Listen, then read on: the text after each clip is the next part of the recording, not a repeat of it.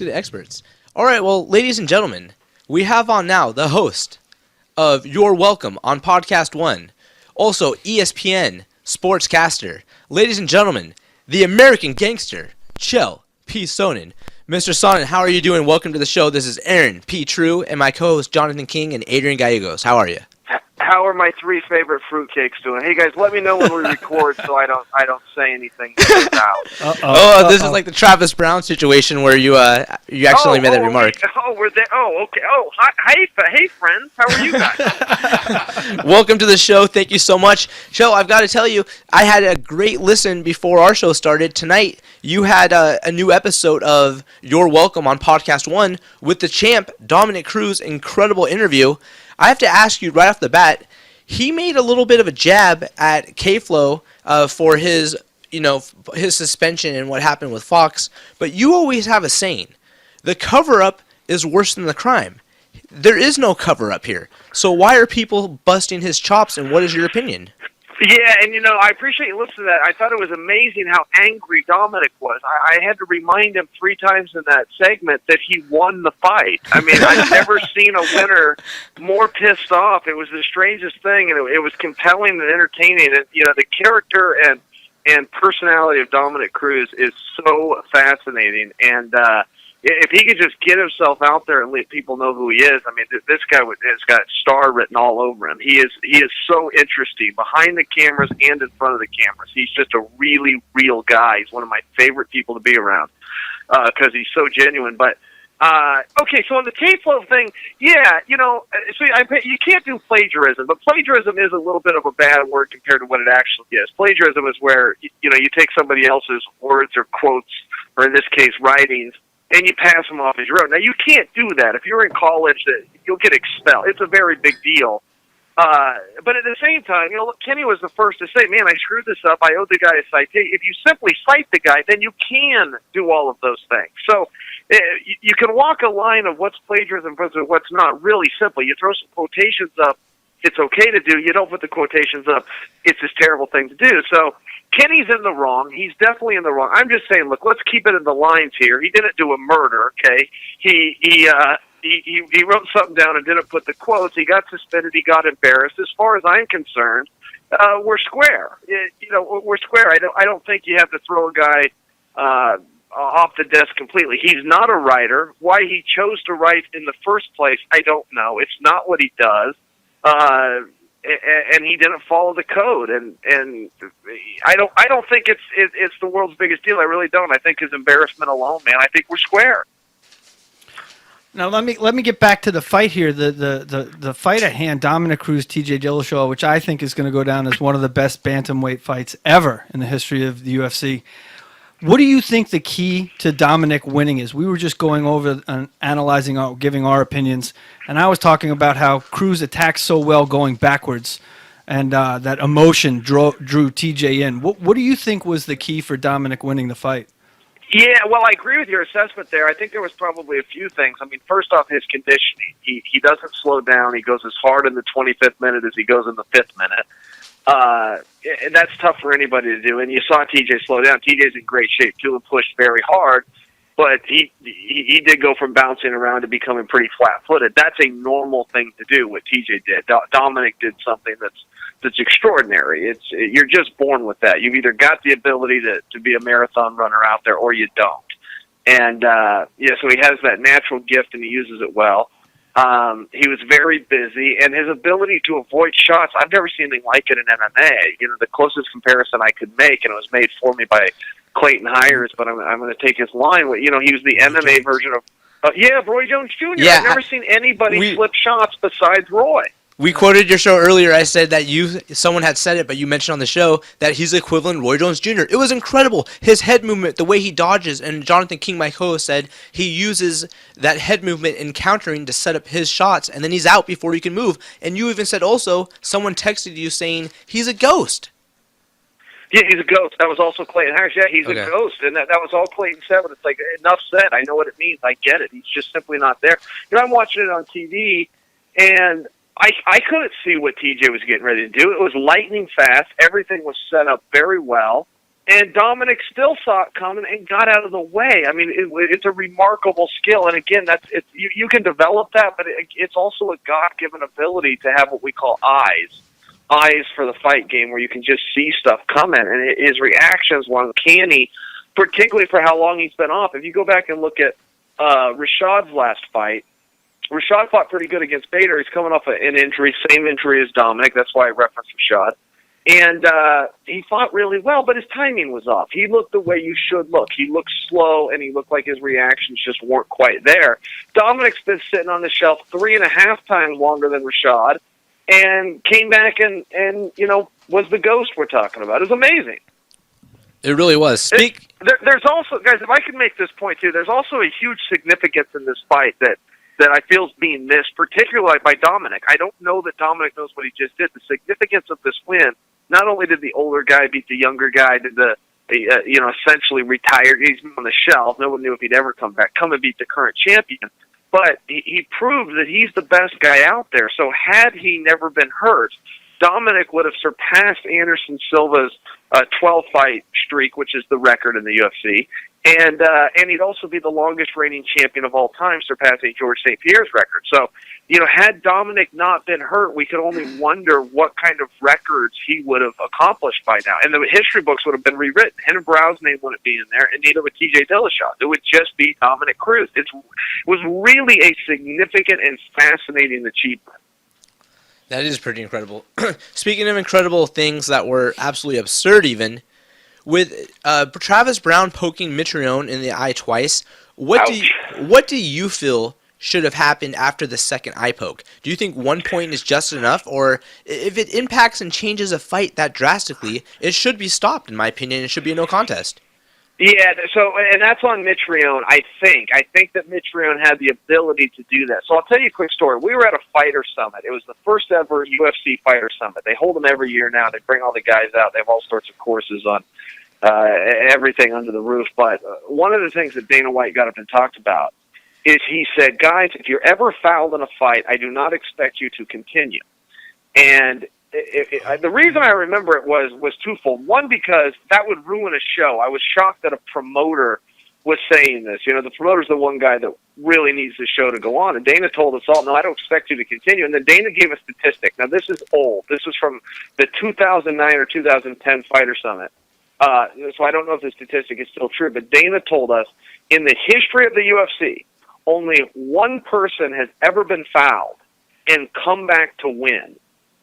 So he was making a point that if you're fouled and the other guy cheats, whether it's on accident or purpose, so the other guy fouled, I shouldn't say cheat, if the guy fouls you on purpose or not, and you don't want to don't listen to the crowd and don't think I'm going to be mad. If you're fouled, and you don't have to continue. And it stayed with me above everything because I thought it was a very integrity-driven statement by a promoter. I don't think you'd ever get Bob Arum or Don King to make that statement. The show's got to go on.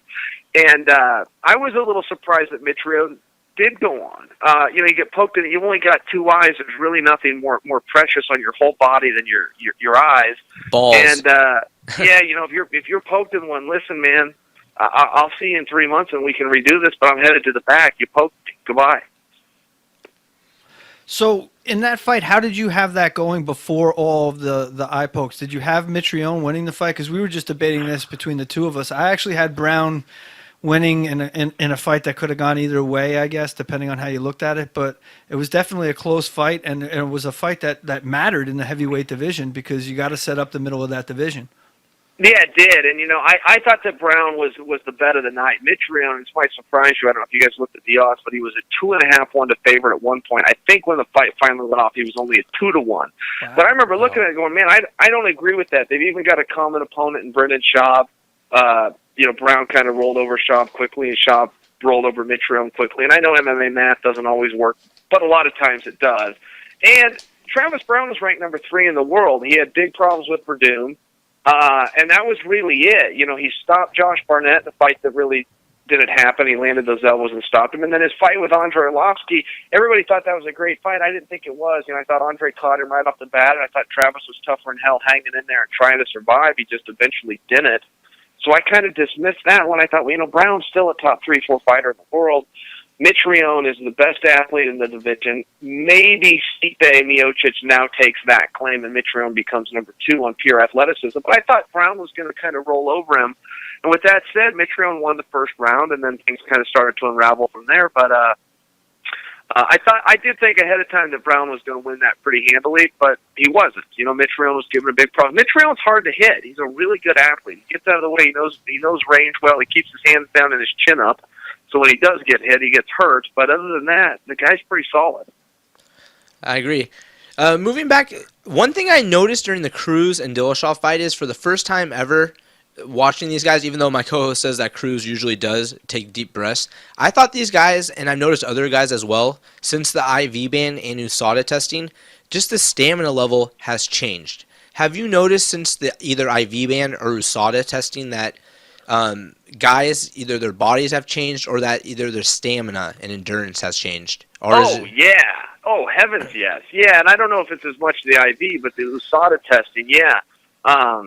You know, that's one of the things that the substances can help you, and I can tell you as a guy that used them, it's a lot of it will help your red blood cell count, which is your oxygen, your stamina.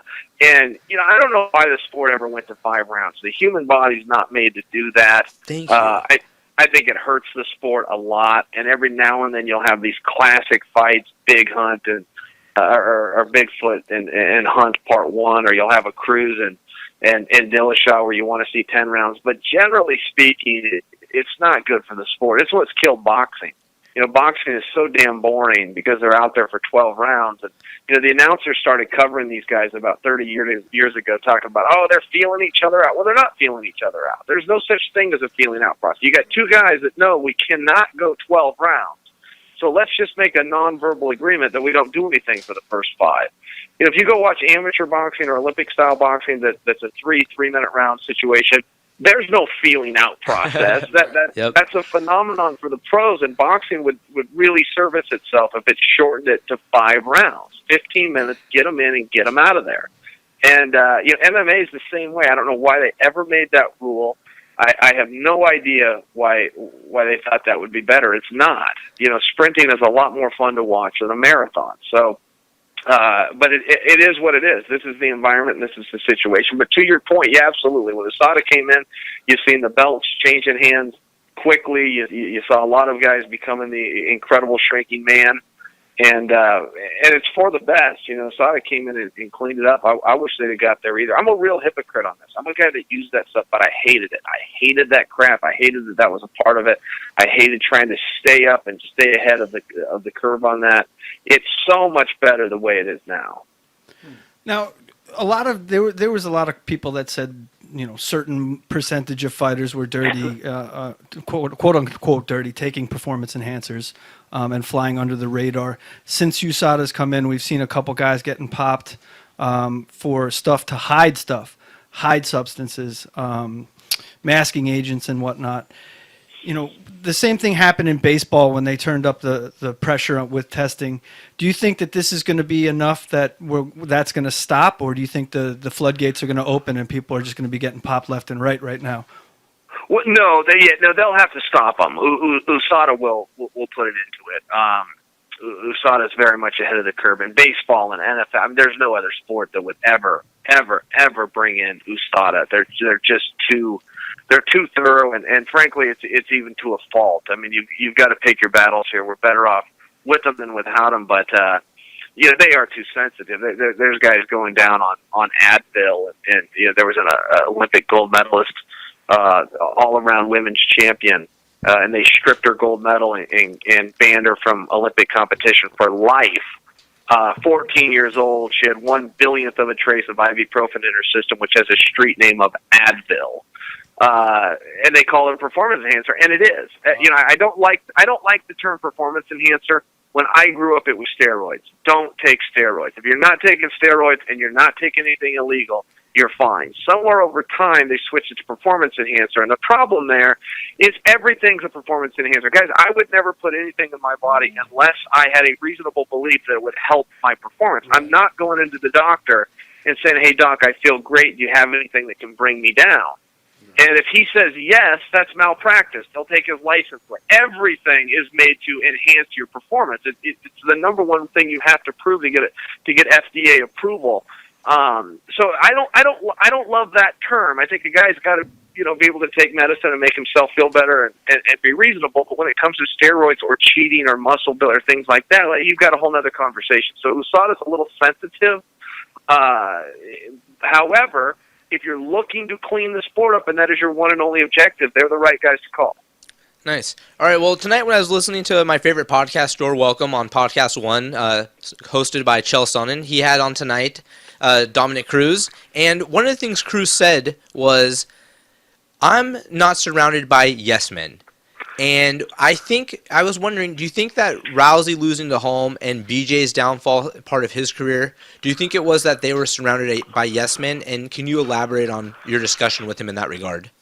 Yeah, so I love that Dominic said that, and I'm a big believer in staying with the guys that got you there. There's a big fallacy in professional sports. It started with boxing. It transferred over to us in MMA that once you make it to a certain level, now you need a different coach or different teammates or a different atmosphere. And it isn't true. Different managers, different friends. It's just not true. It doesn't work out for guys. It's important, to dance with the one that brought you. And I don't know that was BJ's downfall. Jesus, he set records. He won world titles in 2 different weight classes, but your window is very small. I think his window ran out, and that's just what happened with BJ. He is surrounded with yes men. That is true, but he also won two straps. So I think we should copy BJ more than criticize him. And some of the other fighters, look, the belt changes hands. I think Chris Weidman was a loyal guy. He stayed with his team, and he fought a guy that had a different skill set, and it gave him problems. I don't know that that's the reality as much as it's just really hard to stay on top for very long. And in boxing, they can do it. They can pick your opponents and keep you out there. Vince McMahon can do it because he can control the outcome. But in MMA, when you're fighting whoever the top contender is, you're just not going to hold that belt very long. Joe, we have a viewer question. This is from Gus Dominguez from Oil Checkers Forum online. And he wants to ask you, going from competing as a professional mixed martial artist to now being a sportscaster on ESPN, quote, how do you keep the juices flowing? Well, I like to participate, Gus. I like to be involved. And I started as a fan, and that's how my career will end, as a fan.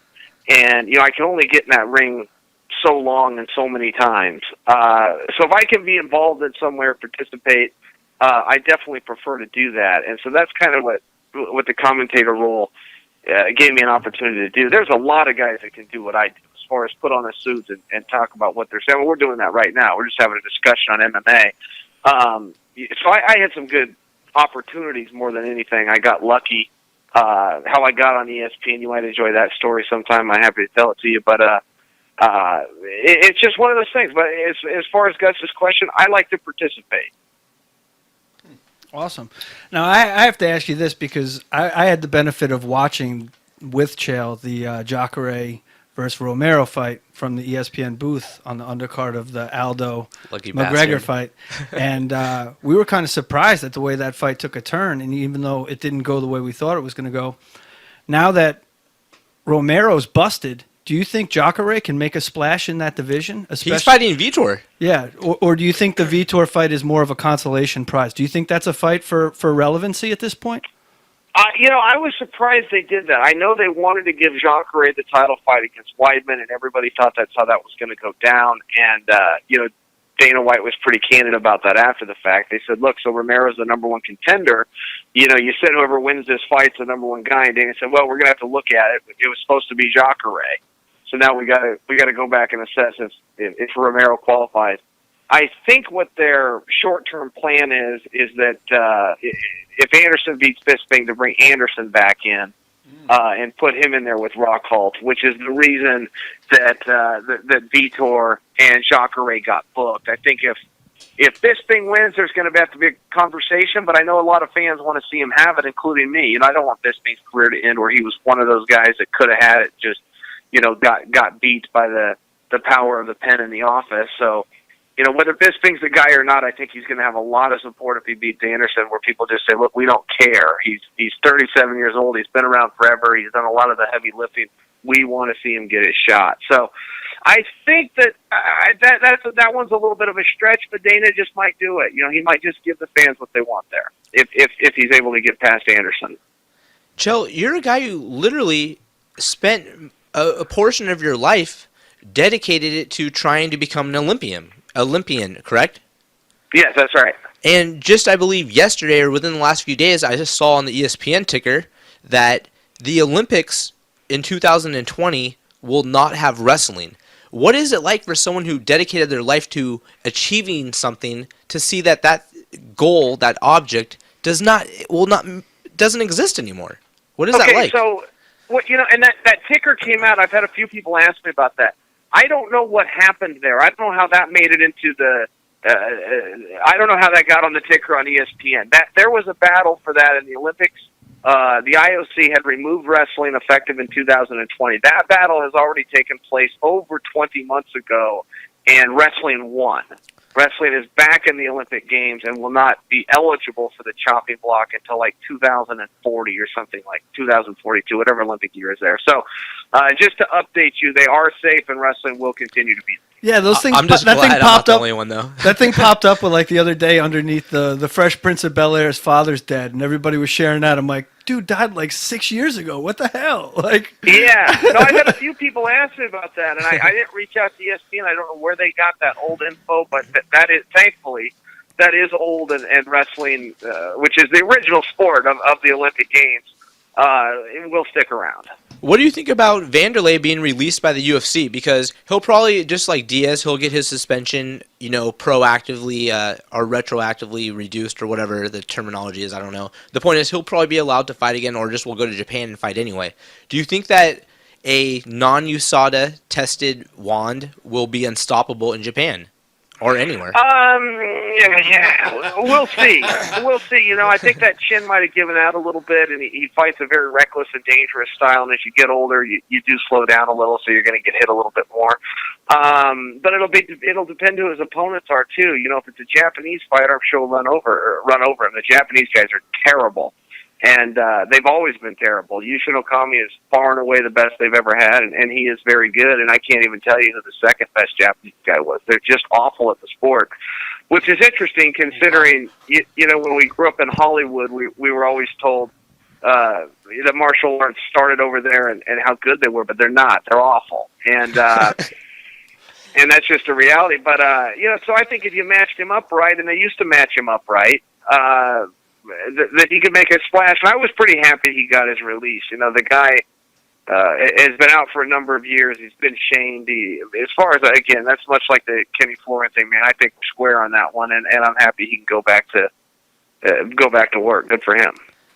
Yeah, that's great to hear. No, I know we got to let you go soon. You got stuff to do, but we see BJ coming back to featherweight now. He's coming back. I wonder, do you ever get the itch? And if you do, what would it take to get the American Gangster back in that cage versus Juan? That'd be good. I get the itch every day. I lay in bed and think about it all the time. I've just done this since I was a little kid. It's a habit. I have all sorts of fantasies, but that's that is something that crosses my mind. As far as BJ goes, I think that's pretty interesting. I'm not sure why he's doing it. I don't understand why he changed out to Greg Jackson's camp and 145 pounds. And there's a lot of things there I just don't understand. And BJ had an amazing career. He's respected and revered in the community. He's got plenty of money. I have no idea what he's doing other than I think he just misses the attention and wants to get out there. And that's a real thing. That attention's a drug. And I guess he just couldn't stay in the shadows. So I don't know what he's going to do or who they're going to match him up with or if they even are. BJ's announced that he's coming back, but the UFC hasn't made that announcement. And we'll see. We'll see if he gets a fight or not. I don't think it's a foregone conclusion that just because BJ raises his hand, they give him one. Matt Hughes tried to do that too, and Dana said, no, you're done. So we'll see where that goes. Ladies and gentlemen, we are so happy to have had a second chance at redemption to pull off an incredible interview this time, the one we were looking for the first time, but we just didn't pull it off. Chael, unfortunately, we messed up and we just didn't get